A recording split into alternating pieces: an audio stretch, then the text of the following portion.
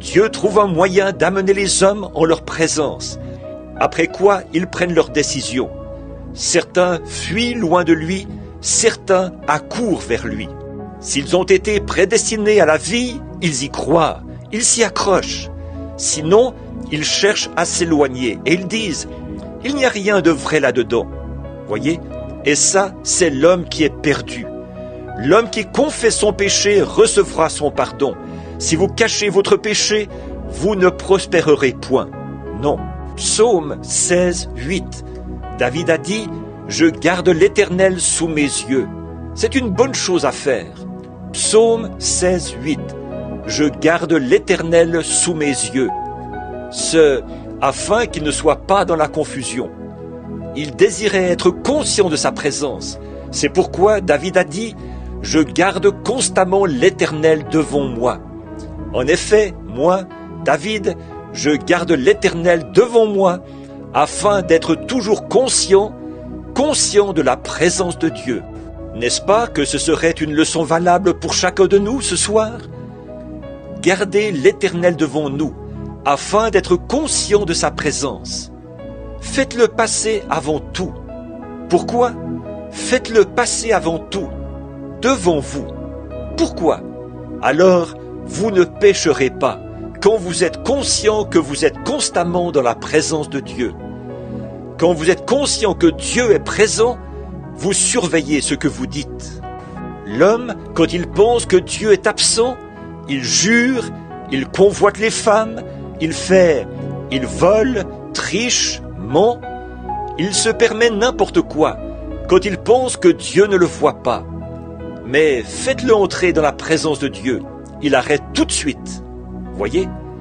Et David a dit « Je mets l'Éternel constamment devant moi ». C'est une bonne chose. Ce n'est pas étonnant que Dieu ait déclaré qu'il était un homme selon son cœur.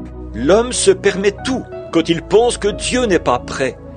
Mais quand il est conscient que Dieu est prêt, avez-vous déjà remarqué le pécheur?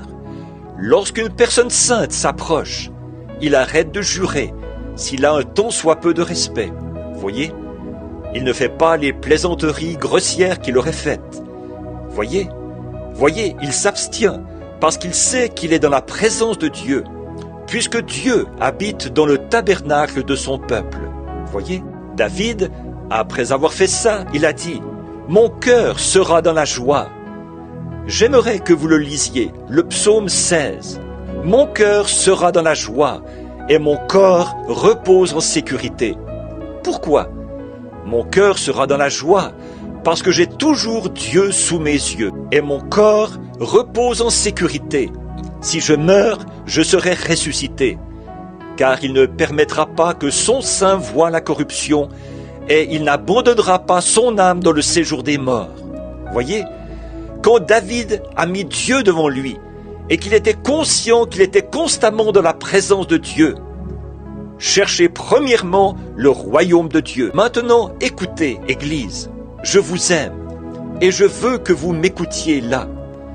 Comme frère Macolo avait coutume de dire, là je vais dire quelque chose. Mettez toujours le Seigneur devant vous et ne faites rien que vous ne feriez pas en sa présence, parce qu'il veille sur vous. Voyez, le Seigneur campe autour de ceux qui le craignent. Il reste là, tout près de vous, et il sait tout ce que vous faites, et vous devez reconnaître cela. Quand vous êtes sur le point de dire un mensonge, ne le dites pas. Souvenez-vous, Dieu vous écoute. Si vous êtes sur le point de faire une petite tricherie, ne la faites pas. Dieu vous regarde. Si vous êtes sur le point de prendre son nom en vain, ne le faites pas. Dieu vous écoute. Si vous êtes sur le point de fumer une cigarette, il vous observe. Il y a un chant que nous avions l'habitude de chanter.